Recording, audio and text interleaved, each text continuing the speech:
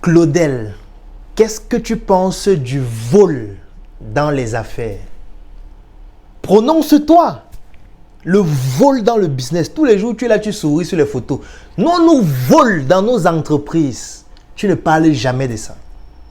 Quel est ton point de vue concernant le vol dans une entreprise? Ces dernières semaines, vous m'avez harcelé avec cette question. Moi, je vais d'abord vous rappeler qu'on ne pleure pas. C'est interdit de pleurer parce que personne ne t'a laissé ou alors permis de te lancer en entrepreneuriat. Tu t'es décidé toi-même d'entreprendre et au quotidien, tu lis l'heure. Tu as des collaborateurs qui volent. Tu as des personnes à qui tu as eu à faire confiance qui volent. Tu vends, mais il n'y a pas l'argent dans la caisse. L'entreprise fait faillite. Les autres partent recommencer leur vie normalement. Toi, tu es plongé dans les dettes, les drames. Tu es obligé de fuir. Le vol est un fléau important en entrepreneuriat. La première chose qu'il faut retenir, c'est que le vol ne concerne pas uniquement les Africains. La première chose à retenir. Donc, s'il fallait rédiger un texte, je devais dire warning. 1. Le vol est une commodité en entrepreneuriat. On retrouve le vol dans tous les environnements, dans tous les pays, dans tous les continents. Donc, le vol, ça ne concerne pas juste les Africains. Donc, il ne faudrait pas qu'on fasse une corrélation ou encore pire, une relation de cause à effet entre Africains et vol. Non. Les plus grands voleurs, ce sont les Occidentaux. Eux, ils volent en milliards de dollars. Nous, on a même l'avantage d'avoir le franc CFA. Et quand tu voles 1 milliard de francs CFA, bon, ça n'atteint pas encore 1 milliard d'euros. Donc, du coup, ça va. Mais eux, ils volent en milliards de dollars, milliards d'euros. Donc, on ne peut pas comparer notre vol avec le leur. Donc, s'il faudrait même classer les plus grands voleurs, eux, ils sont en top 1. Puisque eux, ils volent des montants qu'on ne peut même pas calculer avec une calculatrice conventionnelle. Donc, première chose à retenir, c'est que le vol n'est pas l'apanage des Africains. La deuxième chose à retenir, c'est qu'il est impossible d'empêcher le vol dans une entreprise. Ce qui fait donc en sorte que c'est inutile de vouloir combattre et de ramener le vol au niveau zéro. C'est une perte de temps parce que vous ne pouvez pas y arriver. La troisième chose, c'est qu'il existe des contingences dans une entreprise qui sont internes et externes, qui font en sorte qu'il y aura toujours et toujours le vol. Les contingences, c'est quoi? Par exemple, en interne, tu as un produit que tu vends. Au départ, tu peux gérer ton business seul parce que tu n'as pas beaucoup de clients. À partir d'un certain moment, tu as une certaine croissance. Il y a plus de clients. Il y a plus de personnes qui interviennent dans ton processus. Et plus ça devient complexe, et plus le vol devient facile. Oui, vous allez me dire, il y a des procédures, il y a des contrôleurs de gestion, il y a la comptabilité, il y a la trésorerie, il y a l'évaluation, il y a les rapports. En fait, ce que les gens ne comprennent pas, et là on vient sur le quatrième point, c'est que le vol est lié à un être humain. Le vol est lié à un être humain. Et toutes ces personnes qui sont responsables dans votre entreprise, avant d'être responsables, sont d'abord des êtres humains. Le comptable, c'est d'abord un être humain avant d'être comptable. Le trésorier est d'abord être humain. Le contrôleur de gestion, c'est d'abord un être humain. Le vendeur, c'est d'abord un être humain. Le coursier à qui tu donnes l'argent pour aller déposer quelque part ou alors pour aller effectuer une course, c'est d'abord un être humain. Ça veut dire que la première faille dans une entreprise, c'est la faille humaine. Parce que toutes ces responsabilités sont assurées par des êtres humains qui sont corruptibles, qui peuvent devenir des voleurs, qu'importe leur poste. C'est là où ça devient difficile. Même si vous travaillez avec des algorithmes d'intelligence artificielle, il faut bien qu'il y ait des êtres humains derrière qui vont s'occuper de ces algorithmes-là. Donc du coup, en réalité, toutes ces contingences et toutes ces influences font en sorte que le vol n'est pas possible. Vous ne pouvez pas éradiquer définitivement le vol dans une entreprise. Je vais raconter maintenant deux histoires d'entrepreneurs et quelle est leur philosophie en ce qui concerne le vol dans leur entreprise. Je vais commencer par mon feu grand frère Augustin Zeus. Lui, il avait pour habitude de me dire, Claudel, tu dois choisir une personne qui peut te tuer. Dans ta vie, tu dois identifier quelqu'un et te dire que la personne-ci, je vais lui donner toutes les informations qui concernent les éléments sensibles de mon entreprise et j'accepte que cette personne a le pouvoir de me tuer. Au moins, si cette personne me tue, je saurai que c'est moi qui ai choisi d'être tué par cette personne. Parce que ce qu'il faut savoir, c'est que le vol dans une entreprise peut entraîner la destruction totale de l'entreprise, la faillite de l'entreprise, la mort de l'entreprise. Maintenant, lui, sa philosophie, c'était laquelle?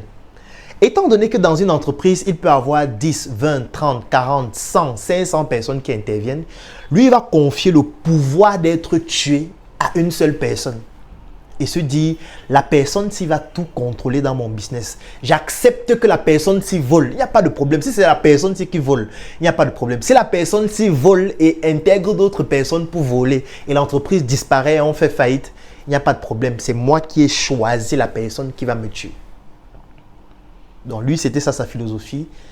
Il prenait certaines informations sensibles. Ça peut être des comptes bancaires, ça peut être la trésorerie, ça peut être le fonctionnement de la boîte qu'il expliquait de manière détaillée avec des mises à jour régulières à une personne. Et il se met dans sa tête, j'ai confié ma vie à cette personne-là. Au moins, ça fait moins de mots de tête. J'ai une seule personne à contrôler. J'ai une seule personne qui peut m'attaquer et me tuer définitivement. Parce que c'est plus facile de contrôler une personne au lieu de contrôler 10, 20, 30, 50 personnes qui auront des postes de responsabilité stratégiques et sensibles et qui pourront voler. Lorsqu'il dit qu'il confie la possibilité de le tuer à une personne, ça ne veut pas dire que les autres ne peuvent pas voler. Ça veut dire qu'il augmente la probabilité que ce soit fait par cette personne-là parce que c'est cette personne qui a le plus d'informations sensibles. J'ai rencontré un autre entrepreneur, mais que je ne peux pas citer. Lui, il est vendeur dans un marché de la capitale du Cameroun qui s'appelle Mokolo. Et il vend les mèches depuis pratiquement 10 ans. Et il me disait que Claudel, quand je fais la structure des coûts de mes mèches, j'intègre une ligne vol.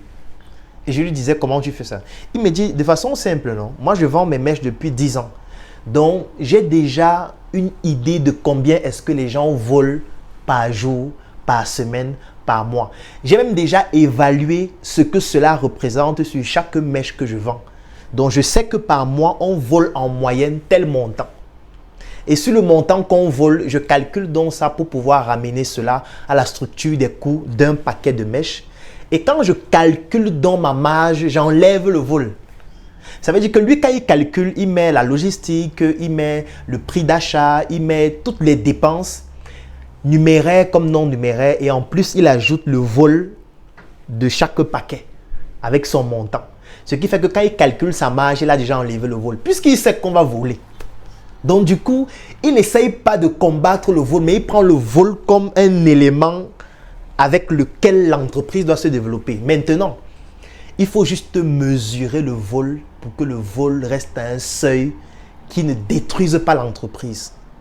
Ça veut dire quoi? Ça veut dire que c'est vrai, on va toujours voler, mais il faut pouvoir contrôler pour éviter que le vol n'arrive à un seuil où l'entreprise disparaisse parce qu'on a tellement volé au point où on n'a même plus de ressources et l'entreprise fait faillite. Moi, pour conclure, ce que je vais dire, c'est le fait que lorsqu'un phénomène devient une commodité comme le vol, ça veut dire qu'on doit commencer à vivre avec. Parce que en psychologie, vous devez comprendre que votre cerveau ne comprend pas la négation. Donc, combattre un phénomène de manière acharnée peut l'amplifier de manière encore plus importante. Donc, l'une des stratégies, c'est de comprendre que c'est un phénomène qui existe. Comment faire pour faire avec ce phénomène? La première chose qu'il faut comprendre, c'est que le vol peut être causé par le patron lui-même. Parce que si vous recrutez quelqu'un dans votre entreprise, vous n'analysez pas un certain nombre d'informations. Par exemple, la personne habite où? La personne a quel statut social? La personne a quel antécédent? Est-ce que la personne est mariée? Est-ce que la personne vit en famille avec ses enfants? Est-ce que la personne est responsable d'autres personnes? Par exemple, est-ce que c'est l'aîné d'une famille? Quand vous analysez tous ces paramètres, vous vous rendez compte que la personne doit quitter de chez elle pour arriver au travail chaque matin en dépensant 500 francs. Allez, 500 francs retour, ça fait 1000 francs par jour. En 10 jours, ça fait 10 000 francs. En 30 jours, ça fait 30 000 francs. La personne arrive au travail, elle va manger quoi? Elle va manger combien? Supposons même que c'est 500 francs par jour pour manger. Ça fait 15 000 francs le mois, donc ça fait déjà 45 000 avec le transport. Comment la personne fait pour se divertir le week-end? Est-ce que la personne est en couple? Est-ce que la personne n'a pas d'autres charges, d'autres responsabilités? Mais vous allez voir certains patrons qui n'analysent pas tous ces paramètres, mais qui réussissent quand même à donner 35 000 de salaire à quelqu'un qui travaille de lundi à samedi, parfois de 8h à 19h, 20h, 22h, 23h. Vous vous imaginez que quand la personne vient au travail chaque jour, ne manque jamais. Parfois, vous coupez même lorsque la personne vient en retard.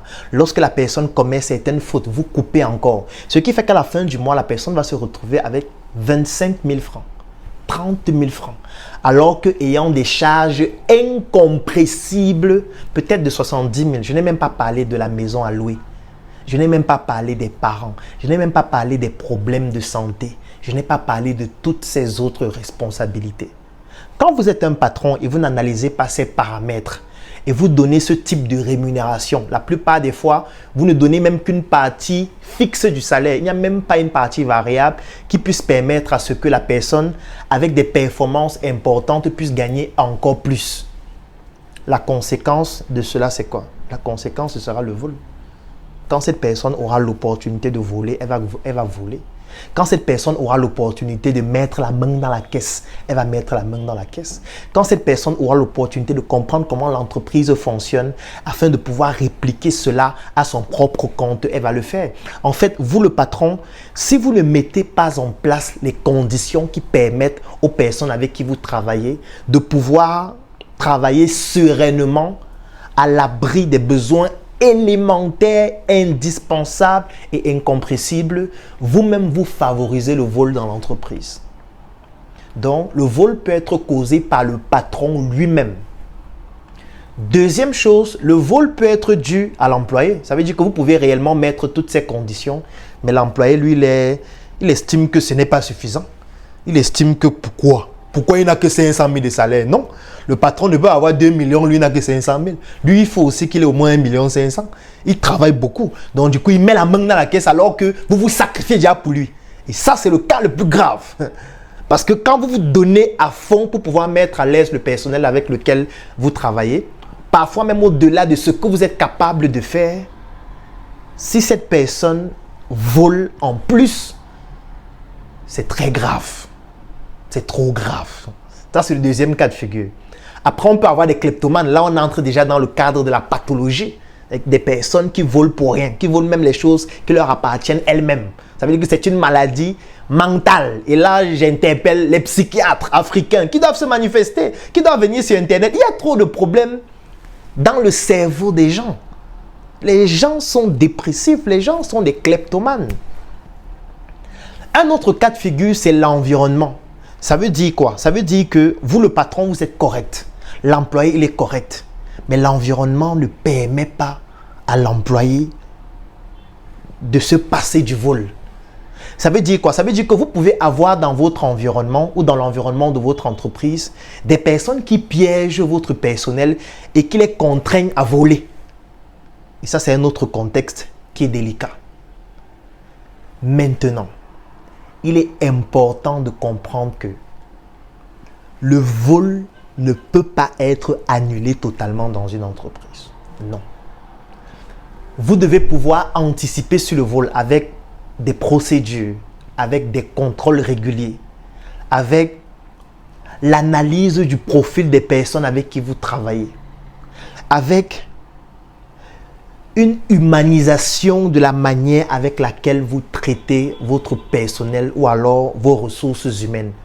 Ça veut dire que, vous devez vous-même trouver des solutions en amont pour anticiper sur le vol. En aval, vous devez pouvoir comprendre ce qui se passe. Qu'est-ce qui pousse quelqu'un à voler? Moi, je me rappelle d'une entreprise magnifique qui s'appelle Hublot, qui fabrique des montres de luxe. C'est une entreprise suisse. Et dans cette entreprise, chaque fin d'année, ils avaient un principe selon lequel les employés devaient dénoncer eux-mêmes une faute commise par eux-mêmes ou alors par un de leurs collaborateurs. Et quand vous réussissez à dénoncer cela, vous avez une prime. Sauf que si vous répétez cette faute une deuxième fois, les conséquences sont fatales. Vous devez comprendre que parfois, vous avez des collaborateurs, vous avez des employés, vous avez un personnel qui est contraint à voler à cause de ces différentes conditions. Est-ce que ça veut dire qu'on tolère le vol, qu'on accepte le vol? Non.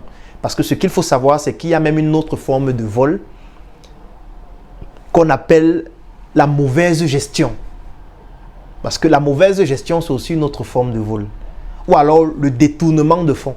Parce que beaucoup de personnes entendent dire, vraiment, il y a tel qui a volé. Est-ce que vous savez que si on vous confie 10 000 francs pour acheter un téléphone avec certaines références, vous partez au marché, vous trouvez le même téléphone avec les mêmes références qu'on vend plutôt à 2 000 francs. Vous achetez ça à 2 000 francs.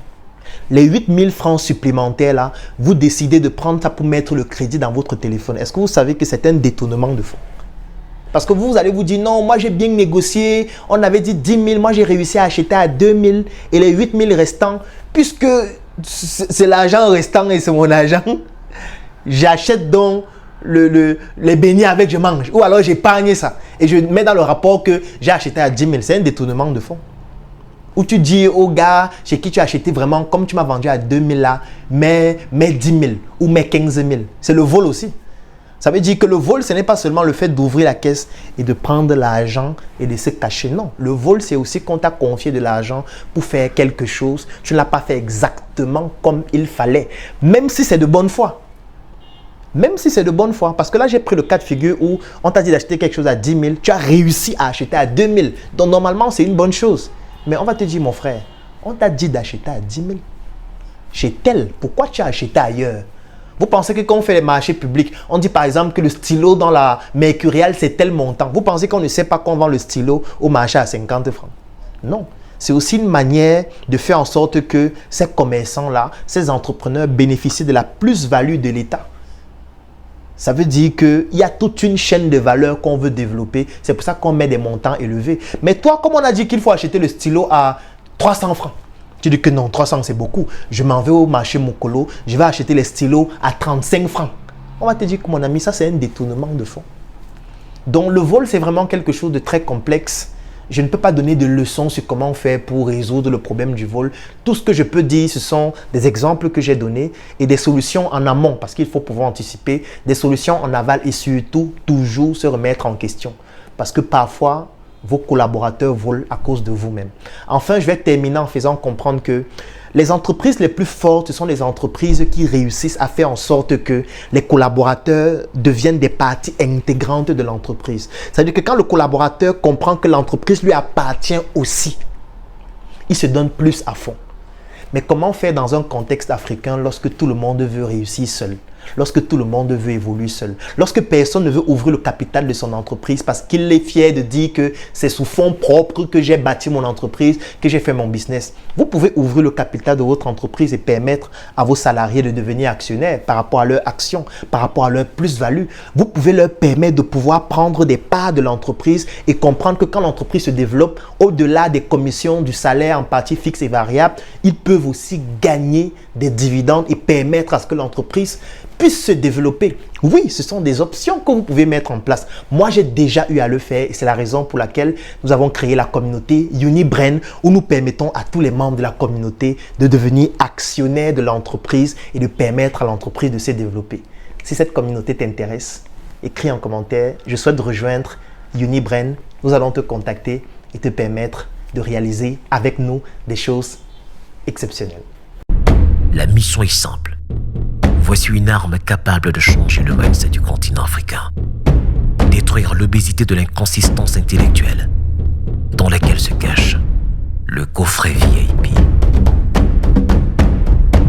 Il possède une arme contenant 200 heures de formation et 8 ans d'expérience entrepreneuriale.